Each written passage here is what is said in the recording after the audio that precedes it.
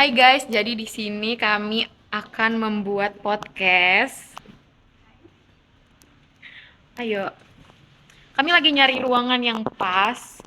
Terus di sini ini nih Poltekkes ya, tapi serem banget.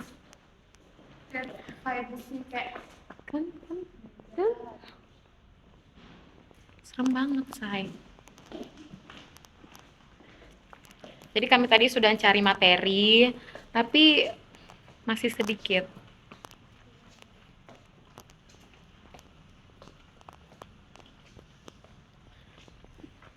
Nah, ini di ruang kepala desa ya. Ini tempat akan membuat podcast. Beresin ya kawan-kawan.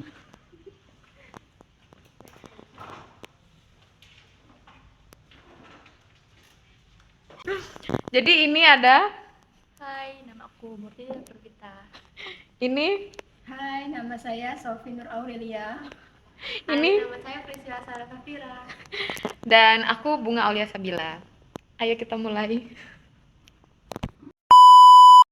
Hai, apa kabar guys? Baik guys, kalian sendiri bagaimana kabarnya? Alhamdulillah baik. Dari mana kalian? Kalau aku sih tadi habis dari kantin di Banjar. Kalau aku tadi habis dari perpustakaan, habis membaca buku. Bisik ya ini yang lewat.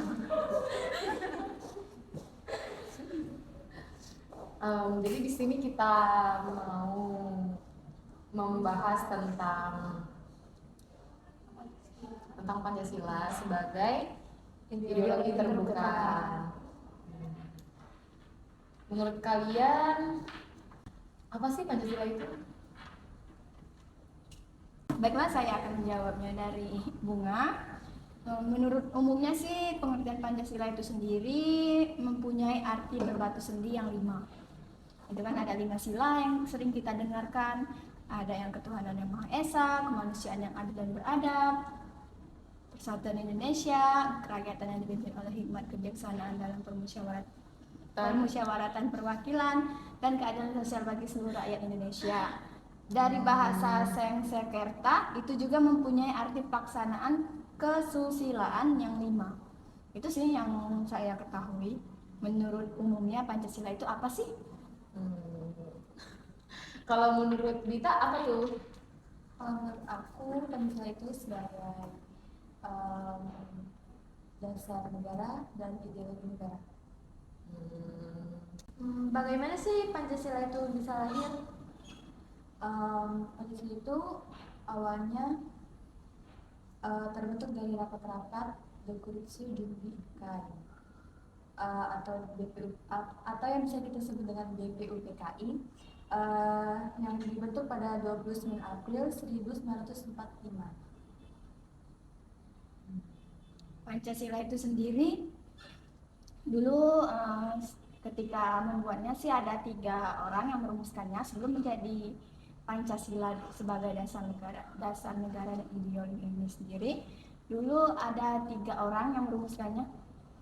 Yang pertama itu ada Insinyur Soekarno, yang kedua itu ada Heng Supomo, dan yang ketiga itu ada Muhammad Yamin. Apa sih isi dari rumusan-rumusan mereka itu? Isi dari rumusan-rumusan mereka itu sih sebenarnya berbeda-beda ya. Dari pendapat Insinyur Soekarno sendiri itu berbeda, dari Supomo itu berbeda, dan yang Muhammad Yamin juga berbeda. Tapi waktu itu kan diadakannya rapat, jadi itu semua ditampung dalam sidang PPKI Atau yang bisa kita sebut dengan Panitia 9. Dari sana mereka mengumpulkan lagi sebenarnya Pancasila yang harus diambil itu yang mana, menurut siapa. Jadi kita kan tahu ya Pancasila itu memiliki 5 gagasannya. Nama Pancasilanya itu sendiri itu gagasannya dari Insinyur Soekarno. Terbentuklah yang namanya Pancasila. Dan poin-poin penting atau 5 poin gagasannya itu berasal dari Muhammad Yamin. Apa sih isi dari gagasan itu? Kalau untuk dari Muhammad itu ada 2 dua gagasan secara lisan dan tertulis. Yang lisan itu tuh terbentuk dari sidang pertama yang berlangsung pada 29 Mei 1945 yang berisi tentang peri kebangsaan, peri kemanusiaan, peri ketuhanan, peri kerakyatan dan kesejahteraan rakyat. Dan untuk yang tertulisnya itu ada 5 poin juga. Yang pertama, ketuhanan yang Maha Esa. Kedua, kebangsaan persatuan Indonesia. Ketiga, rasa kemanusiaan yang adil dan beradab. Keempat, kerakyatan yang dipimpin oleh hikmat, kebijaksanaan dalam permusyawaratan perwakilan. Dan yang kelima, keadilan sosial bagi seluruh rakyat Indonesia. Mirip ya dengan memang Pancasila sekarang. Ya, emang dari gagasan Muhammad Yamin ini sendiri diadakannya lagi rapat, maksud saya ya, maaf, diadakannya lagi rapat dan terbentuklah gagasan Pancasila yang kita pakai sekarang ini. Kan poin-poinnya tadi, maksud itu Anda tadi tidak beda jauh ya. Terus kan yang Pancasila itu kan dari Soekarno. Saya dengar katanya Soekarno juga menciptakan yang lain ya, nama yang Trisila atau Ekasila itu apa sih? Ya. Itu Soekarno juga ada juga mengusulkan tentang Pancasila dan gagasannya ya.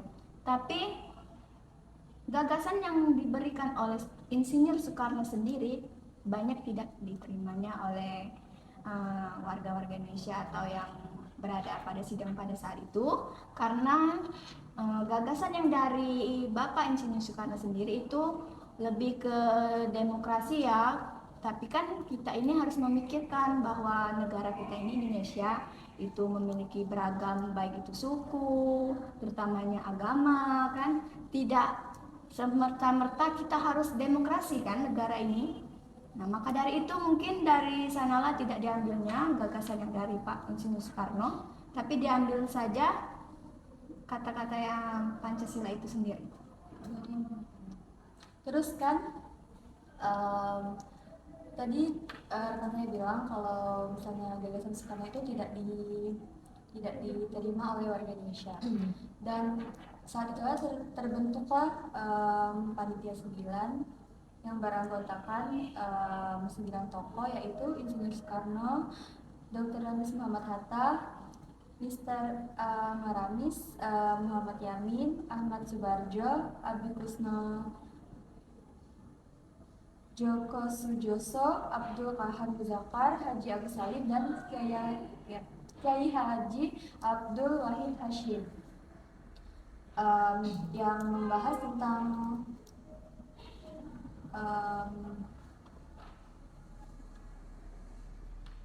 Piagam Jakarta atau yang bisa kita kenal dengan Pancasila pada 22 Juni 1945 yang berisikan tentang yaitu tadi Pancasila yang kita pakai sekarang.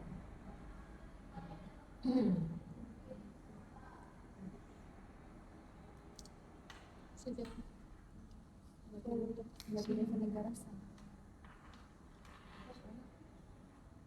Sebagai negara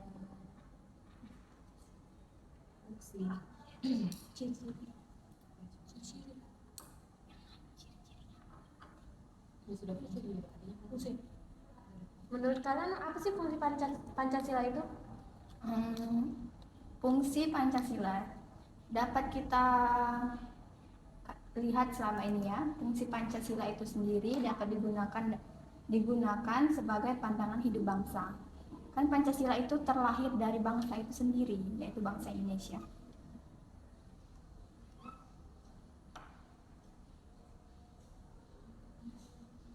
Oh, kalau penetapan kan tadi kan bagaimana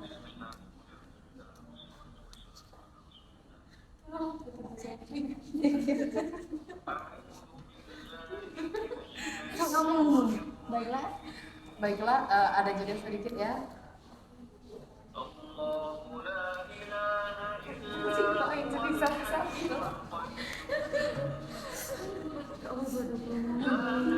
biasa. Ini kita zikir biar lebih tenang. Kami tegang, Pak.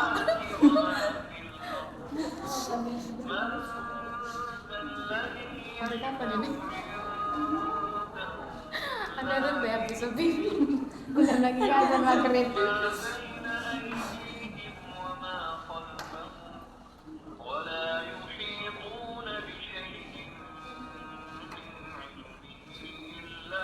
Sampai kapan?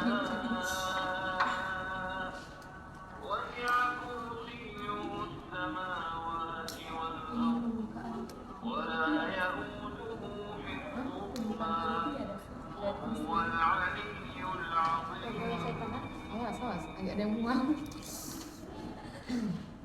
Udah? Oke, baiklah kita lanjutkan. Kan tadi kan ngebahas tentang bagaimana Pancasila itu bisa terlahir ya. Sekarang kapan sih hari Pancasila itu tuh ditetapkan? Pancasila itu sendiri ditetapkan pada 1 Juni 1000.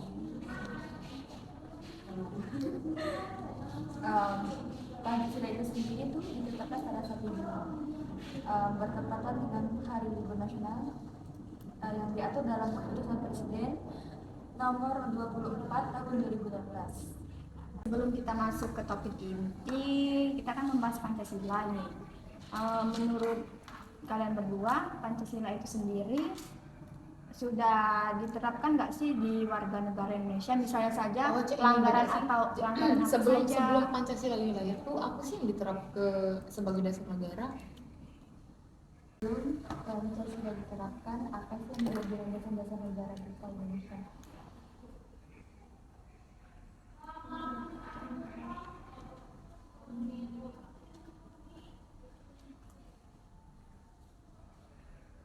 Hai guys, kan nggak tahu lagi.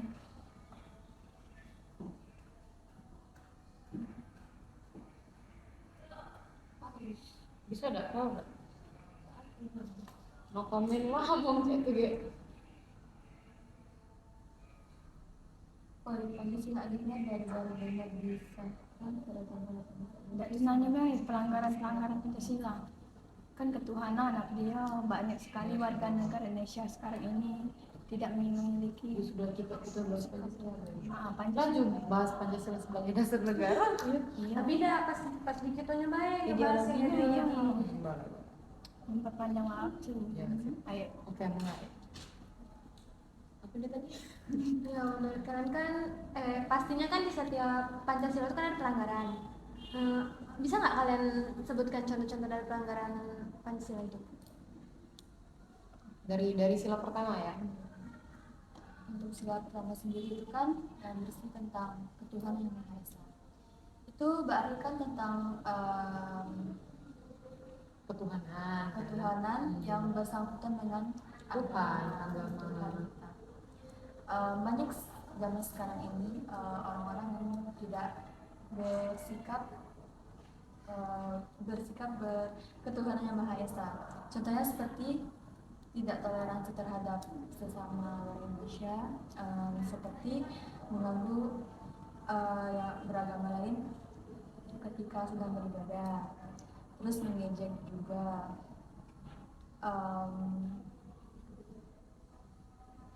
nggak toleransi lah ya. Terus kalau yang Untuk yang kedua kan sila kemanusiaan yang adil dan beradab. Banyak sekali ya yang kita lihat akhir-akhir ini tentang kasus korupsi lah, dewan-dewan itu makan uang rakyat lah, itu kan tidak masuk akal nih dengan sila kedua kita kemanusiaan yang adil dan beradab. Ketika dia ada jabatan, masyarakat miskin malah ditindas. Apakah itu sudah memenuhi poin kedua Pancasila? Tidak kan? Maka dari itu seharusnya keadilan harus kita tegakkan di negara Indonesia ini. Tapi itulah banyak sekali kasus-kasus yang terjadi yang merendahkan rakyat-rakyat Indonesia, apalagi yang seperti di perbatasan kan tidak memiliki keadilan dari pemerintah. Sedangkan yang di kota-kota itu kan mengumpulkan pajak-pajak dari desa. Pajak-pajak itu lebih besar yang diambil dari desa, tapi apa? Yang di desa itu tidak mendapatkan fasilitas yang lengkap seperti di kota itu sendiri. Terus kalian tahu nggak sih yang lagi marak-maraknya di sosial media? Ada kan oknum polisi. Ketika ada korban melapor sebelum 24 jam itu, dan kalau tidak ada uang itu kan pasti nggak dilayani kan ya. Beda lagi kalau misalnya kita upload ke sosial media, kita viralin, baru dia mau viral. Itu kan belum termasuk ke poin kedua, ke kemanusiaan kan. Kalau yang ketiga, Yang ketiga itu kan persatuan Indonesia. Apakah kita sudah melihat warga Indonesia ini bersatu? Tidak kan? Karena apa? Banyak sekali persatuannya.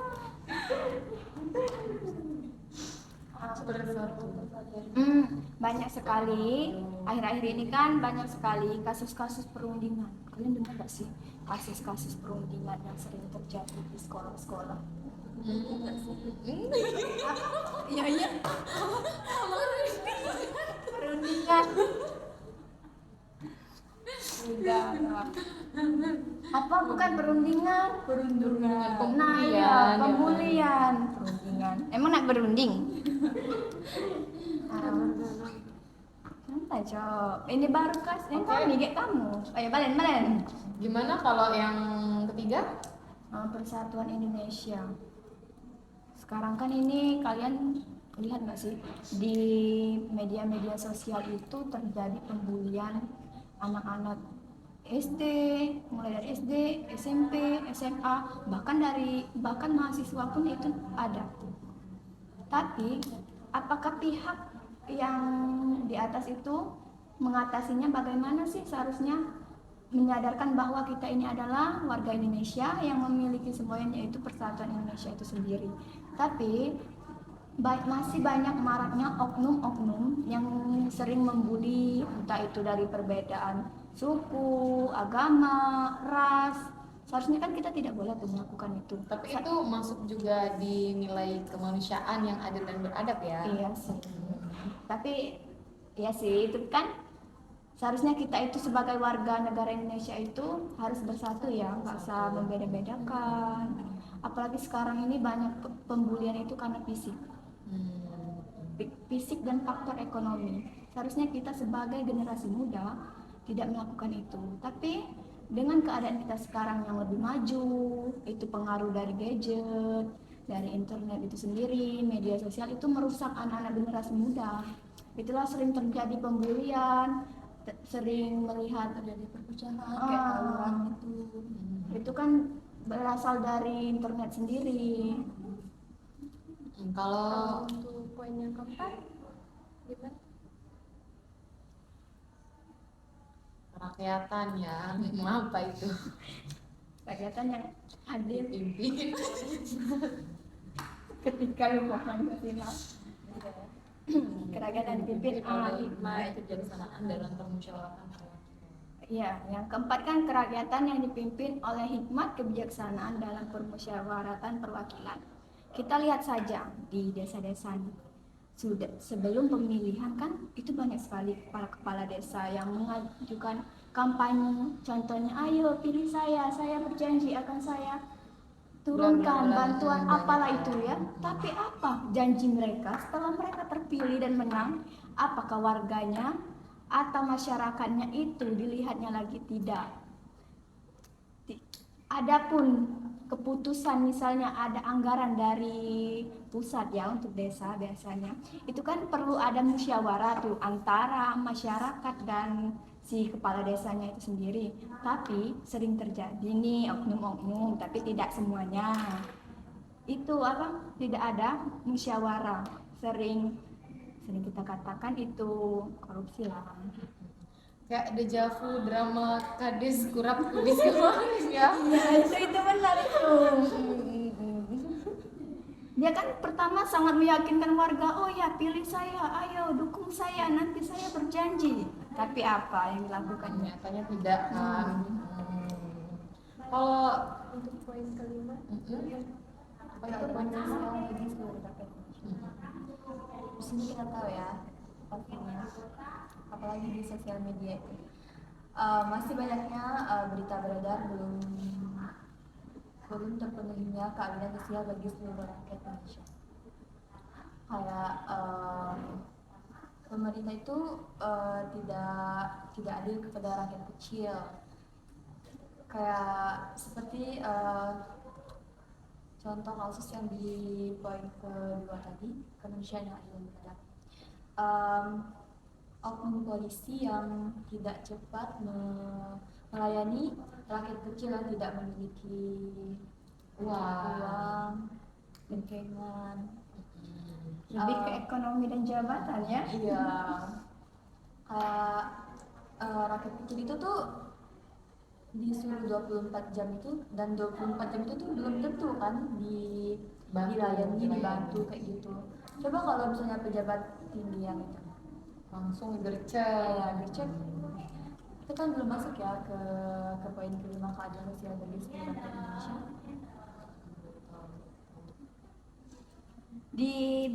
Kita kan sebagai kesehatan nih, bisa juga kita lihat pelayanan kesehatan yang sering terjadi di rumah sakit. Tahu kan BPJS?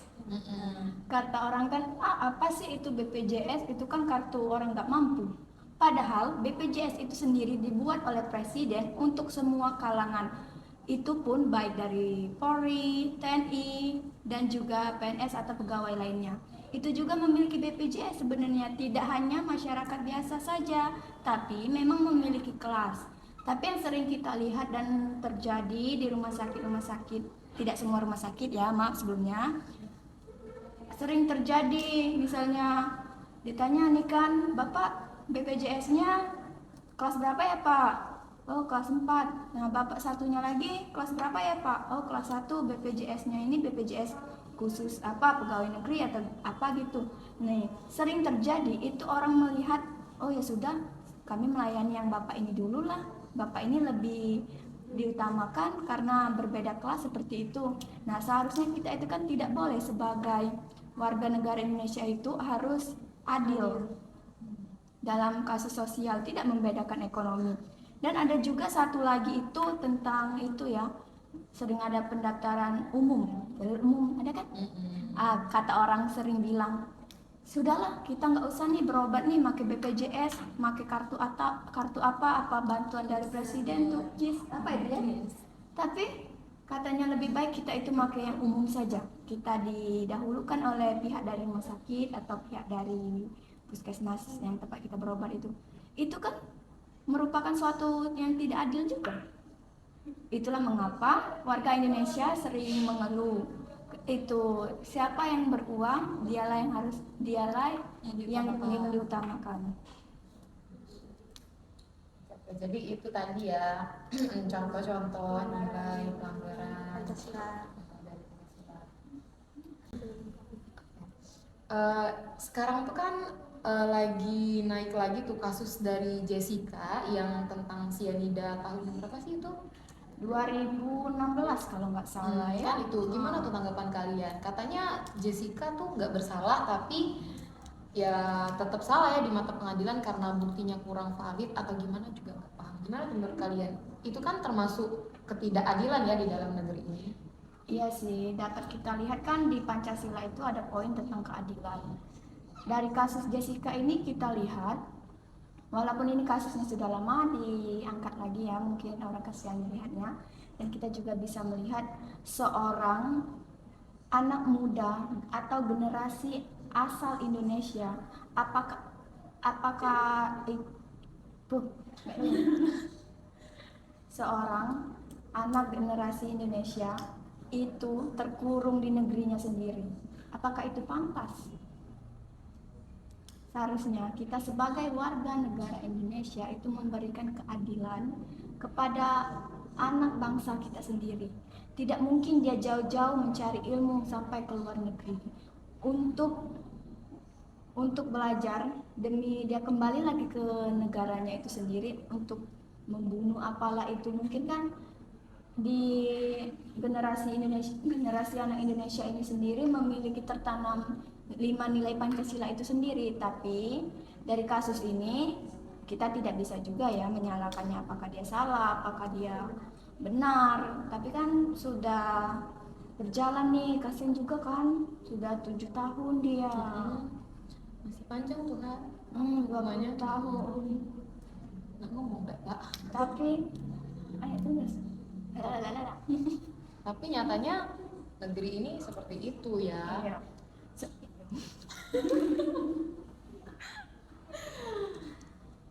Semoga saja pemuda-pemudi Indonesia kita sebagai generasi ini bisa membantu dalam hal apalah untuk dia. Kalau memang dia tidak bersalah, itulah pentingnya tegakkan hukum atas kasus ini. Seharusnya kalau bisa sih dengan dibukanya lagi, mungkin kita berharap kalau memang dia kan anak bangsa ini harus kita, walaupun dia bersalah misalnya, harus kita lindungi juga nggak sih? Ya. Terus sekarang tau nggak sih yang lagi rame tentang bapaknya si Mirna, Oh iya. Kenapa tuh? yang ini kan baru-baru ini kan jadi angkat lagi kasusnya. Itu jadi kan diwawancara ulang setelah munculnya dokumenter tentang si Anida ini. Kayak itu kan bapak kandungnya. Pakar-pakar ekspresi itu kan banyak yang menjelaskan kalau dari ekspresi bapak si Mirna pas di wawancara ini tuh tidak menunjukkan rasa sedih atau kayak ya prihatin itu enggak ya.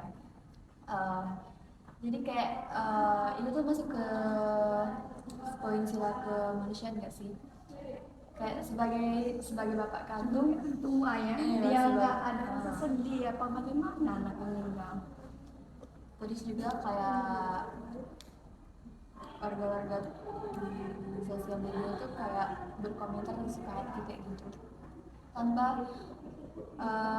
tanpa mencari tahu apa sih yang sebenarnya terjadi, kayak berasumsi sendiri gitu. Kayak mereka tuh beranggapan kalau misalnya itu nggak adil untuk Jessica. Terus ada juga yang Kenapa lah ada itunya? Cyanida. Oh ya, ada 2 lagi kasus ya Kak yang Iya. bahas baik. sudah ke sini, sudah beda sih. Lagi tuh kayak Iya. ini yang kalau itu polusi di Palembang. Iya bagus. Kamu bunuh diri. Bundir. Bundir. Iya. Bahas gitu itu ya. Oke. Gak dulu kait gak dulu dengan Pancasilanya. Iya itu kan pasti Iya, ada. itu kan yo apa dah apa ditindak Oh langsung tidak, dari tepuk pemerintah. itu sudah akhirnya baca. Iya capek aku, iya enggak ini Yona. Aku belibet. Apa dah ditindak langsung. Dan kedua yang cyanida ini apa ini lagi? Kadang tit, jadi cetla selesai, bes, Nggak, jadi ganti yang sensor. Dan sekarang ini lagi marak-maraknya itu di daerah kita ya Palembang itu kan tiap hari ada kebakaran lahan, kebakaran hutan, banyak sekali warga-warga yang bahkan sengaja membakar ya yang membuat polusi. Terus juga itu dampaknya tuh sekota anget ya. Sekota anget ya. Anget. Jadi Palembang itu panas. Udah panas kan. Terus asapnya tuh tebel banget Iya. yang membuat banyak dampak. Nah, itu gimana tuh? Banyak penyakit ispa. Nah, itu kan sangat bahaya sekali ya. Itu gimana tuh dengan penerapan nilai-nilai Pancasila? Mengenai Palembang tadi panas ya. Karena polusi dan asap-asap apalah itu yang tidak sehat. Kita kan sering denger nih. Iya nih. Apa nih? Masuk ke Orang Palembang sering bilang panas berdengkang. Panas berdengkang. Panas berdengkang nggak tuh? Tapi orang lain nggak tahu apa tuh panas berdengkang. Apa itu berdengkang? Iya, berdengkang. Itu kan asli kalau orang Palembang ya paham lah berdengkang itu apa. Berdengkang ya. Iya, panas sampai berdengkang katanya. Aku tuh mikir. Jumpa pertanyaan dulu seketika. Ya enggak tahu berdengkang apa kayak mana ya. Cukup orang Palembang aja yang tahu bidengkang itu apa. Maksudnya itu panasnya itu berlebihan gitu, panas banget. Tapi kan orang Palembang memiliki ciri khasnya sendiri. Jadi gimana tuh nilai-nilai dalam Pancasila itu terhadap itu dampak populasi tadi tuh apa tuh? Yang berhubungan kemanusiaan kah, keadilan kah? Kalau persatuan dan ketuhanan mungkin Enggak ya? Itu masuk ke atau keempat? poin keempat, kesejahteraan rakyat. Bisa tuh. Tapi kita mau membentuk kesejahteraan rakyat itu sendiri, tapi rakyat sih yang Nah, membuat itu, kondisinya ini. tapi itu kan ulah rakyat ya. Iya, jadi bagaimana kita itu? Tapi seenggaknya sebagai pemerintah Kota Palembang itu harus ada kayak kontribusi dalam menghimbau atau Bahkan kita kemarin sebagai mahasiswa udah ke depan kantor gubernur ya untuk Ya, demo. kita adakan demo. tapi sampai sekarang nggak ada tanda nggak sih? Sampai sekarang bahkan kan kayak asapnya tuh Makin banyak gitu. makin ya, bahkan pagi tadi juga Tapi alhamdulillah ya hari ini hujan. Itu kenapa ya lihatnya? Tidak apa-apa. Pas sudah apa aja rekam lah, kami ngobrol. Hah? Iya. Nggak selesai. Belum. Lagi proses. Ayo lo di mana? Berarti 30 menit. ayo aku jadi, tadi lupa jadi kan? itu tadi termasuk ke kemanusiaan yang adil dan kesejahteraan rakyat ya. Tapi nyatanya rakyat itu sendiri yang berbuat ulah. Aduh, bingung ya. Hidup ya namanya hidup. Nggak ada yang tahu. Tapi ini sih enak dikasih hujan. Sudah berapa bulan ya Ya kita kemarau? alhamdulillah ya, rahmat dari Tuhan kan.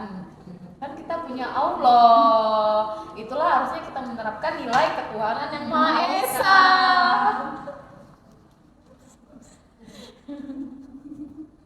Nah, ngomong-ngomong soal nilai ketuhanan yang Maha Esa, kan ini lagi marak juga nih kasus mahasiswa bunuh diri lah, bunuh diri dan bunuh diri, banyak banget tuh. Itu termasuk di nilai ketuhanan Maha Esa kah atau kemanusiaan? Itu kan juga termasuk kelalaian masalah mental. Itu gimana tuh pendapat kalian? Itu bisa juga masuk ke dalam Pancasila yang pertama, yaitu ketuhanan yang Maha Esa.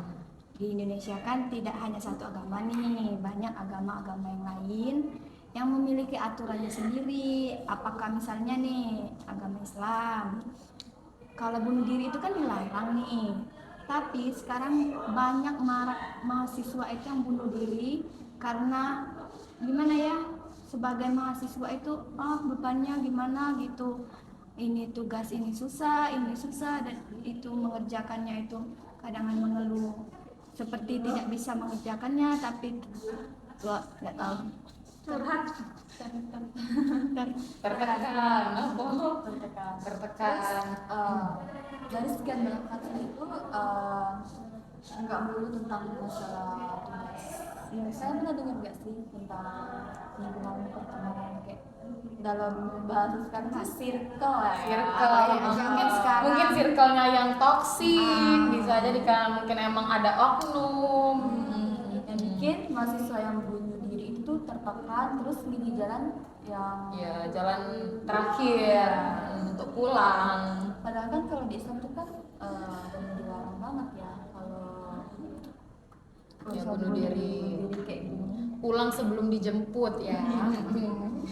Lebih mengantarkan diri ya. Iya, mengantarkan. Kalau di sini di Poltekkes pulang sebelum dijemput kena marah kating kan? Kalau di Islam berdosa. kena marah Allah. Bunuh diri itu sendiri sih sering terjadi karena depresi atau stres dari mahasiswanya itu sendiri.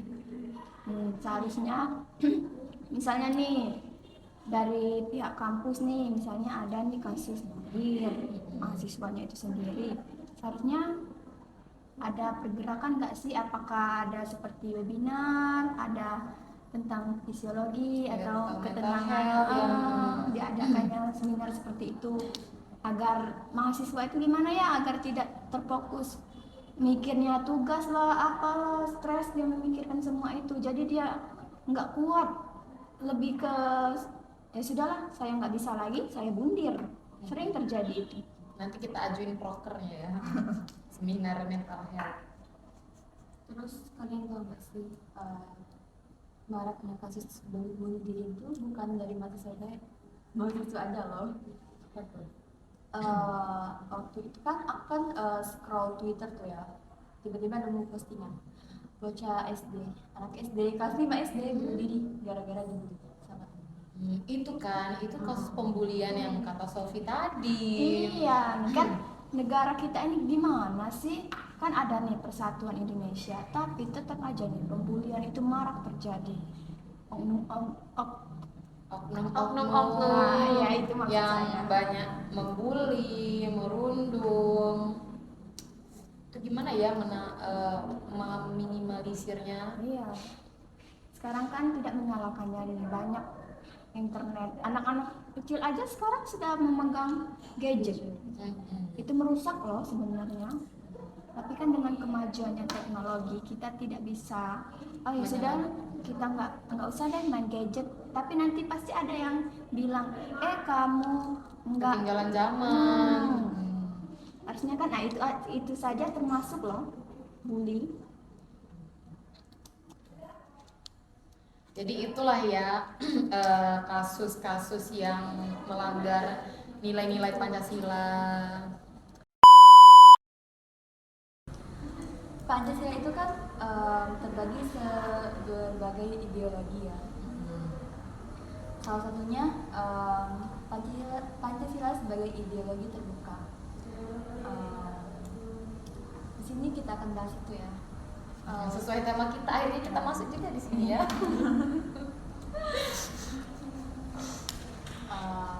Menurut kalian apa sih Pancasila sebagai ideologi terbuka itu? Baik, Pancasila sebagai ideologi terbuka itu adalah pandangan hidup bangsa Indonesia yang mengandung nilai dasar dan nilai instrumental.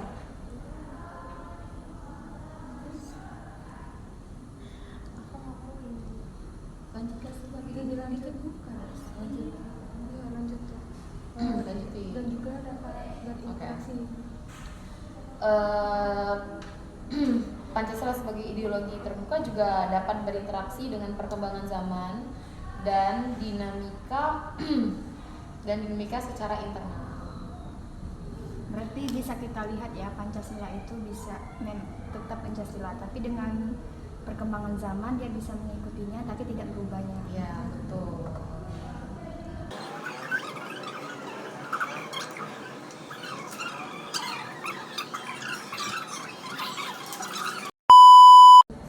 Kita kan tadi sudah bahas nih pengertian Pancasila itu sebagai ideologi itu apa. Sekarang saya ingin tanya, wujud Pancasila sebagai ideologi terbuka itu apa sih wujudnya?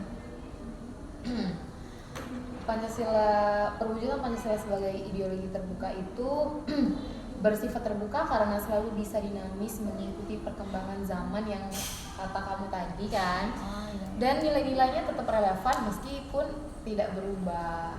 Nah, ini kan dibahas tadi ya. Iya. Terus pelaksanaan dan penerapan nilainya akan disesuaikan sesuai kebutuhan dan tantangan zaman yang akan terus ada dari waktu ke waktu. Ideologi banyak banget. Ideologi ini berancok. Ya, jadi nggak merubah nilai-nilai Pancasila ya, tetapi dia tetap mengikuti perkembangan zaman.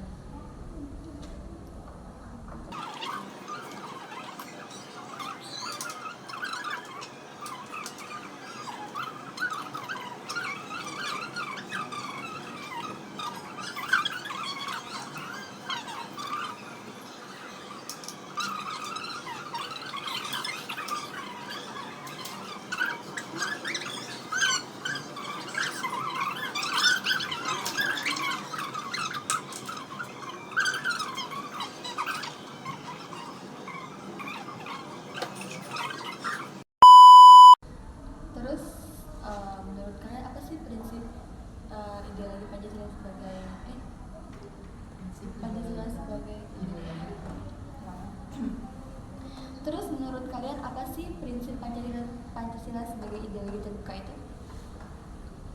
Oh. Aku yang nak jawab. Jadi prinsip ideologi terbuka menekankan pentingnya mendengarkan pandangan dan pengalaman orang lain serta berusaha untuk mencapai pemahaman yang lebih baik melalui dialog dan diskusi yang konstruktif. Ya seperti kita inilah ya. Hal ini berbeda dengan ideologi tertutup atau dogmatis yang cenderung menolak atau mengabaikan pandangan alternatif atau berupaya memaksakan pandangan mereka kepada orang lain. Jadi Pancasila itu sebagai ideologi terbuka tetap menerima pendapat, menerima diskusi, ya begitu. Terus untuk contohnya, coba sebutin dong satu persatu. Baik. Pertama, liberalisme memiliki landasan dasar yang kuat dalam ideologi terbuka, menekankan pada kebebasan individu, hak asasi manusia, kebebasan berpikir, dan ekonomi pasar bebas.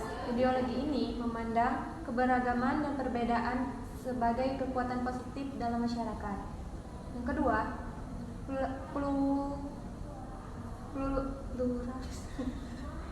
Pluralisme. Yang kedua,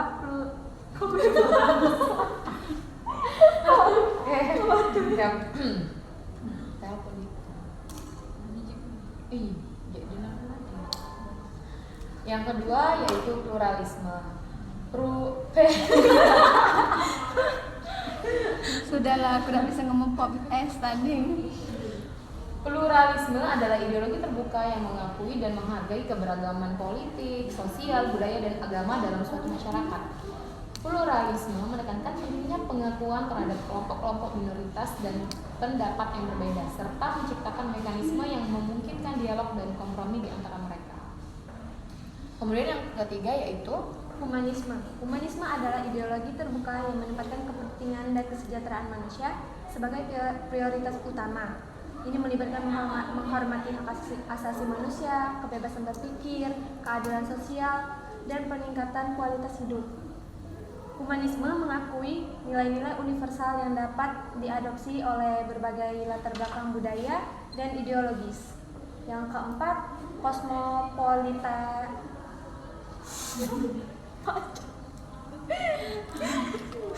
Yang keempat adalah kosmopolitanisme adalah nggak usah ketawa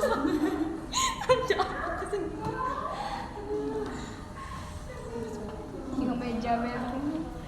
Yang keempat adalah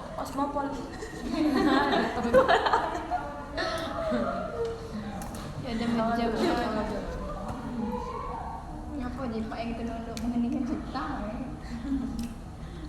Yang keempat adalah kosmopolitanisme, adalah ideologi terbuka yang menekankan pada kewarganegaraan.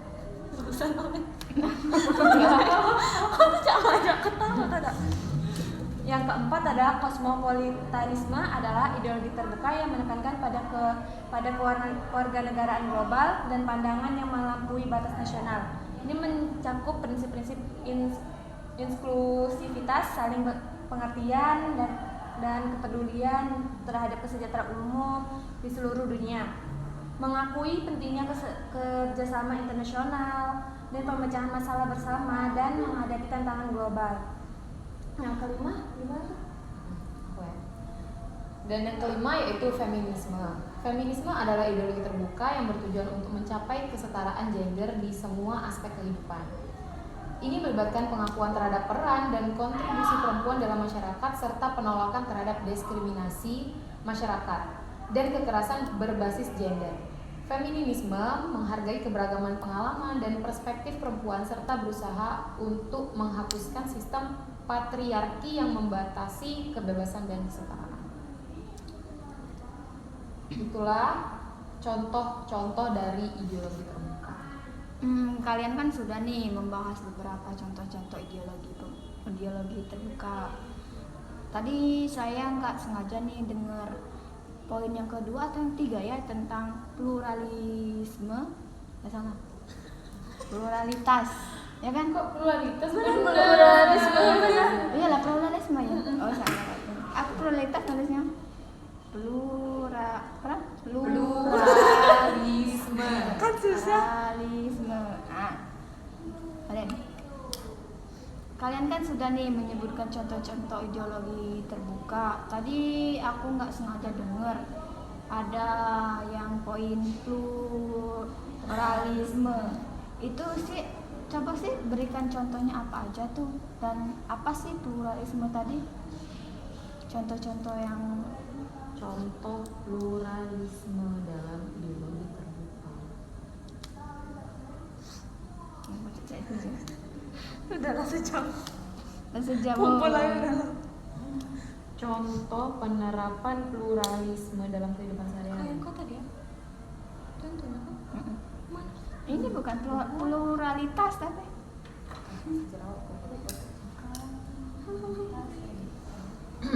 Ini nah, ada apa? ada. Aku ngomongnya. Berapa contoh aja yang ada lagi? Oke.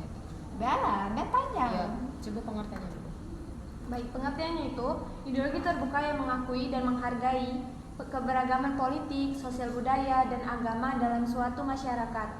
Menekankan pentingnya pengakuan terhadap kelompok-kelompok minoritas dan pendapat yang berbeda, serta menciptakan mekanisme yang memungkinkan dialog dan kompromi di antara mereka. Contohnya yaitu menghormati setiap individu tanpa melihat latar belakangnya, bersikap terbuka terhadap perbedaan yang ada, tidak memaksakan kehendak, saling membantu, tidak mengejek keyakinan, agama, ras ataupun budaya lain.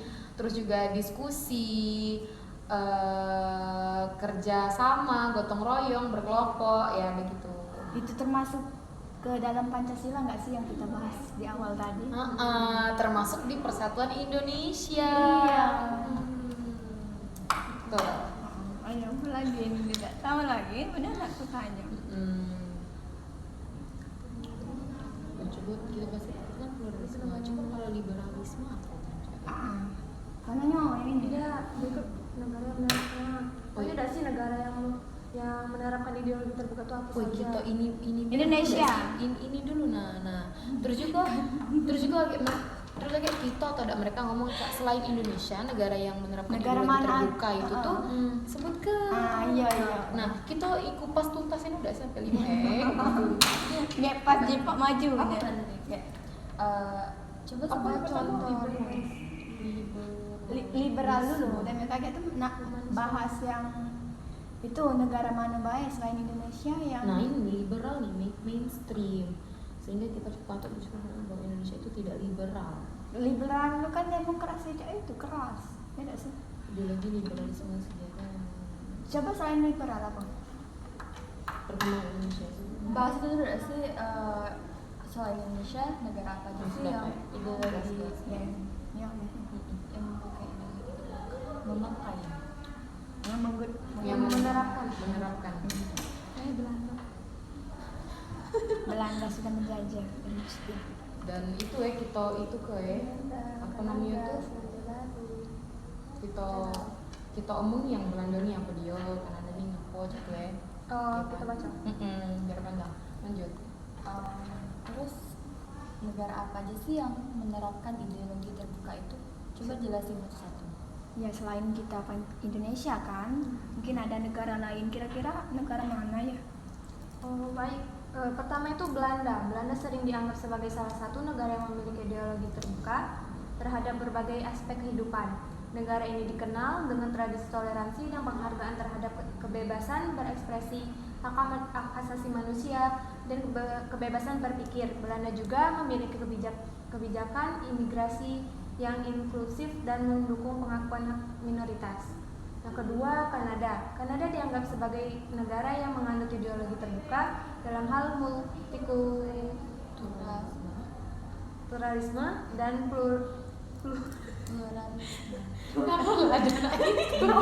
penjinan kadang aku lewat ini.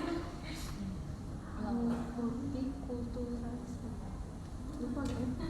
Yang kedua itu Kanada. Kanada dianggap sebagai negara yang menganut ideologi terbuka dalam hal multikulturalisme dan pluralisme.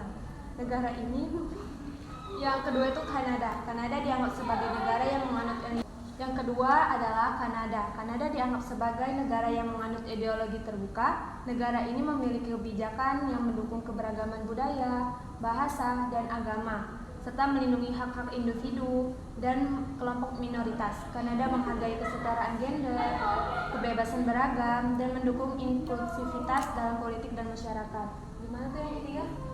Kemudian yang ketiga yaitu Selandia Baru atau sering kita sebut dengan New Zealand ya.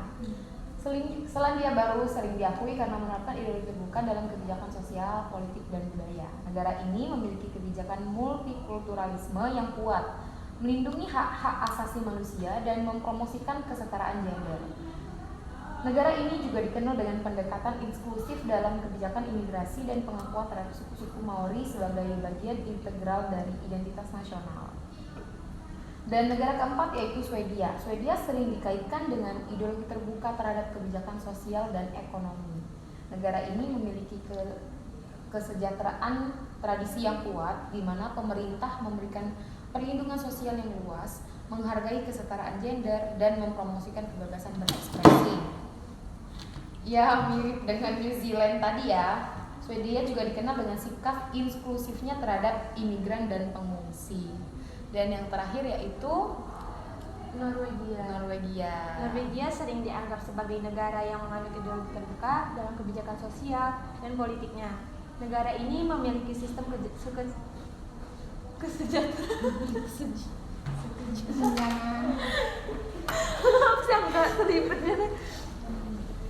Negara ini memiliki sistem kesejahteraan yang luas, mendukung kesetaraan gender, dan memiliki kebijakan inklusif terhadap imigran. Negara ini juga dikenal dengan pendekatannya yang progresif terhadap isu-isu lingkungan dan pelestarian alam. Jadi itulah 5 negara yang menerapkan ideologi terbuka selain negara kita sendiri, Indonesia. Tapi bisa kita lihat ya, cuman kita Indonesia nih dari Asia yang menerapkan ideologi terbuka. Sedangkan 5 yang Anda sebutkan berdua tadi itu dari Eropa semua ya. Ternyata cuma Indonesia, kita seharusnya bangga nih. Ya, berbangga nih karena bersifat terbuka. Ya. Ideologi terbuka itu termasuk juga penerapan nilai Pancasila nggak sih, kan menerima pendapat orang lain. Iya, masuk ya ke poin-poin 5 Pancasila tadi. Itulah, berarti negara kita sendiri juga menerapkan nilai Pancasila.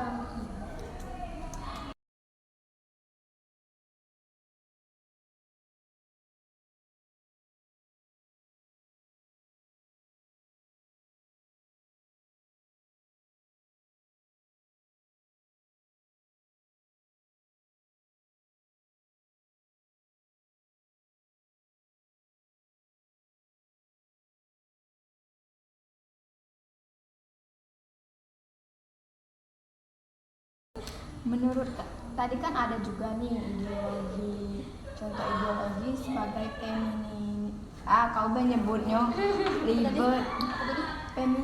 apa tadi pertanyaan? Ideologi kan, contoh ideologi terbuka kan ada nih sebagai apa? Feminisme. Mana baca itu? Boleh. Kan namanya kan kalian kan sekarang tuh partner, kami jadi partner, jadi saling melengkapi baik. Iya, yang kata rekan saya tadi ya. Jadi apa? Di kasus feminisme ini sendiri sih ada nggak sih termasuk nggak sih contoh-contoh budaya Barat sekarang ini kan lagi marak-marak nih masuk ke Indonesia, katanya kamu mau kayak gini kayak orang Barat lah, apa sih lebih terbuka gitu, apalagi daerah-daerah Indonesia yang di timur tuh kayak Bali kan, apakah itu tidak mengganggu dari nilai-nilai Pancasila? Apa salah jawab pertanyaannya tuh? Tapi itu tidak menyangkut feminisme sih. Tidak ya? Itu menyangkut budaya Barat. Budaya Barat tuh maksudnya gimana? Feminisme tuh yang kesetaraan gender itu feminin, yang ngejual catcalling terus juga tadi. Nah itu beda tuh. Catcalling. Beda sih kalau budaya Barat. Maksud kata-kata dulu.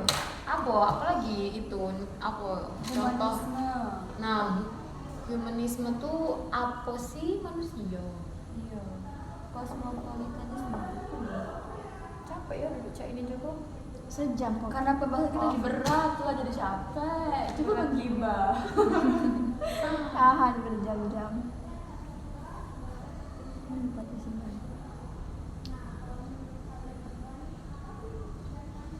Apa sih? Siapa itu? Iya udah sih. Tidak. Ya sudah basah. Iya. Duluan 12 kan tentang ideologi. Oh iya bener aja nih. Ideologi terbuka itu tadi kan ada tujuannya itu feminisme. Untuk feminisme itu kan pasti berkaitan dengan perempuan, cara berpakaian, cara bersikap, itu kan banyak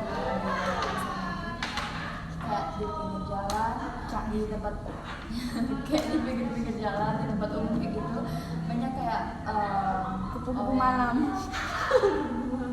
Bener ya. Nggak akan lupa ada maaf lah.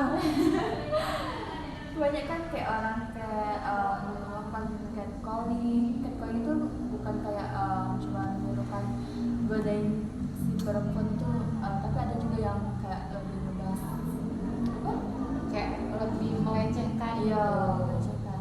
Itu tuh termasuk gak sih ke dalam Pancasila? Terus itu kayak catcalling, nggak sopan, nggak beradab. Nggak beradab. Nggak beradab tuh manusia yang adil dan beradab. Terus itu ini termasuk Pancasila kedua. Nampak keadilan, tidak adil dia pakai baju seksi. Itu kemanusiaan. Ada. Iya bagaimana pelanggarannya? Oh, tidak adil dia pakai baju pendek. Udah adil lah. Cak mana dengan ini orangnya. Namanya Kristen? kayak itu tuh lebih Terserah ke aja hak lah. kita sih, Tanya hak apa asasi itu? manusia gak sih? Iya, hak Hak asasi kita manusia. untuk kita hidup cak mana nak cak mana. Kan manusia itu memiliki haknya masing-masing. Urusannya dengan Tuhan, kaget dosa sudah dosa tuh. Iya sih. Tapi kan urusan adab juga dengan Tuhan. Iya. Setidaknya kalau misalnya dia tidak cah itu, dia harus beradab kalau memang dia nak cah itu. Terus kalau misalnya kita bahas ini, itu tuh termasuk apa? Nggak tahu apa-apa. Ini ideologi terbuka. Jadi Indonesia itu kan luas ya. Jadi satu kasus sebenarnya bisa Pindah terus. masuk di ideologi terbuka, masuk di nilai Pancasila, begitu. Ideologi terbuka tuh kan dia tuh bisa menerima dengan perkembangan zaman, misalnya ada sekarang seksi-seksi lah pakaian misalnya itu, tapi masih menerapkan ideologi. Nah, itulah sudah ini masuk ke baik, tidak apa-apa dulu kita pakai bahasa daerah. Iya, capek aku bahasa Indonesia. Tidak apa ini kelas saja. Lanjut, tidak apa-apa ngomong tadi. Tidak tahu yang itu kan tadi. Soalnya Aku Balik suka. lagi, balik. terus untuk di ideologi terbuka itu kan ada contohnya itu feminisme. Sedangkan feminisme itu tuh berkaitan dengan perempuan, entah dari cara berpakaian, cara dia bersikap.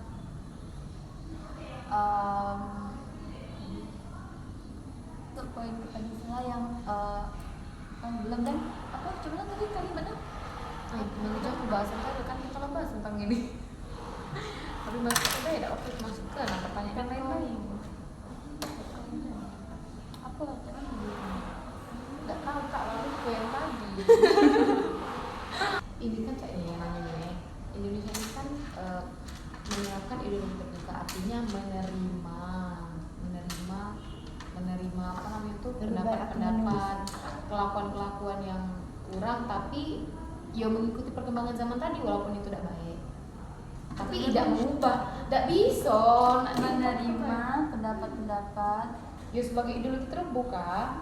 Nah itu kan pasti kan ada resikonya, saya kenal. Soalnya tadi Indonesia itu kan menerapkan Ideologi terbuka. Nah, sebagai ideologi terbuka pasti itu menerima pendapat-pendapat dari luar tanpa mengubah bangsanya sendiri. Pasti kan itu kan ada resiko dan ancamannya. Apa sih resiko dan ancamannya? tapi biasanya Nah, yuk jawablah bunga. jawablah kamu berdua. Nah, Kita bela. Nggak ada dong. Bismillah.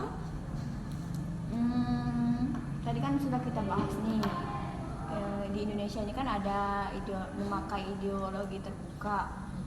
Ideologi terbuka itu sendiri kan menerima dan mengikuti zaman, perkembangan zaman misalnya, tapi kan dia tidak mengubah warga negaranya sendiri dengan pedomannya itu sendiri kan. Dengan perkembangan zaman yang semakin maju ini kan banyak sekali nih dampak-dampak baik ataupun buruk, lebih ke buruk sih ya. Nah, resikonya, kira-kira resiko dari ideologi terbuka ini, resiko dan ancamannya ini apa sih? Jadi ya pastinya ada ancaman ya. Ancamannya itu yang pertama itu pengaruh asing atau globalisasi. Banyak tuh seperti apa? Budaya barat. Budaya barat banyak kan. Terus juga persaingan ideologis, terus perubahan sosial dan budaya. Apa sudah? Jangan komen. Diam Konflik agama atau etnis, teknologi dari media sosial, revolusi dan pergolakan sosial, bahkan ekonomi dan kesenjangan sosial pun jadi ancaman. Terus ada radikalisme, ekstremisme, dan ketidakpuasan politik. Dari pengaruh asing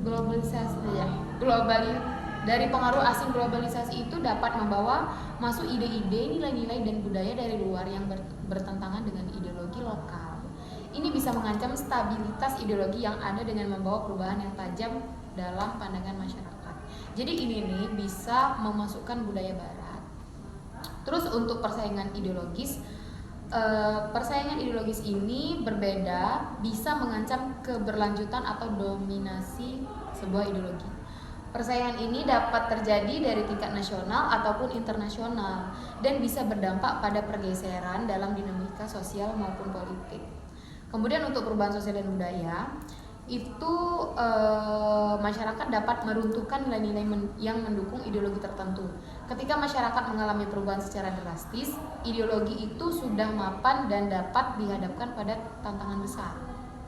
Kok tidak nyambung cerita? Berarti dapat kita lihat ya lebih banyak pengaruh buruknya nih sebenarnya sebagai memiliki gagasan ideologi terbuka itu. Tapi kan kita sebagai negara Indonesia harus menerimanya bahwa kita itu memiliki ideologi terbuka, walaupun berpengaruhnya itu sangat banyak. Bagaimana kita sebagai warga itu harus memilih nilai-nilai sebagai warga Indonesia itu yang baik yang mana. Sering terjadi ya, contohnya saja seperti barang-barang impor nih, warga Indonesia lebih sering ke bagus nih, branded nih, barang-barang impor nih daripada barang-barang lokal. Maksudnya apa sih, kita itu nggak bangga gitu hasil dari kita sendiri, karya kita. Malahan nih kadang kita membeli barang-barang impor itu lebih mahal kayaknya daripada kita. Harusnya kita cinta Indonesia kan. Iya. Tapi kayaknya orang kita tuh lebih utamain gengsi deh. Iya. Tapi kebalikannya nih, kita nih kan memiliki banyak sekali sumber-sumber dari alam, banyak sekali bahan-bahan yang penghasilan dari kita ekspor ke luar negeri dengan harga murah, tapi kita mendapatkan barang-barang impor itu dengan harga mahal. Seharusnya itu nggak, gimana ya? Ya, maka dari itu dibalik semua ancaman yang tidak baik tadi, kita harus menegakkan dan menerapkan nilai-nilai Pancasila dalam kehidupan sehari-hari. Mungkin udah jam berapa kali ya?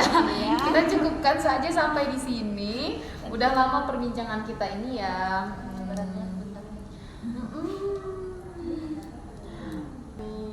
Terima kasih itu atas sharing-sharing yang kita lakukan hari ini. Ya, bisa dapat pembelajaran baru nih tentang Pancasila sebagai apa tadi, ideologi. Walaupun kita selama ini kan tahu Pancasila sebagai ideologi itu apa sih? Itu tadi kan sudah kita kupas nih. Jadi kan tahu semua kan ya. Kita masih sama-sama saling belajar gitu. Jadi kesimpulan yang dapat diambil hari ini dari pembahasan kita, kita sebagai warga Indonesia tuh harus menerapkan Pancasila dalam hidup kita sehari-hari demi keberlangsungan hidup yang berkedaulatan. ya betul. Oke. Oke, mungkin sekian Dari kita, sekian podcast dari kita akhiri. Wassalamualaikum warahmatullahi wabarakatuh. Bye bye. Oke, bye. Bye.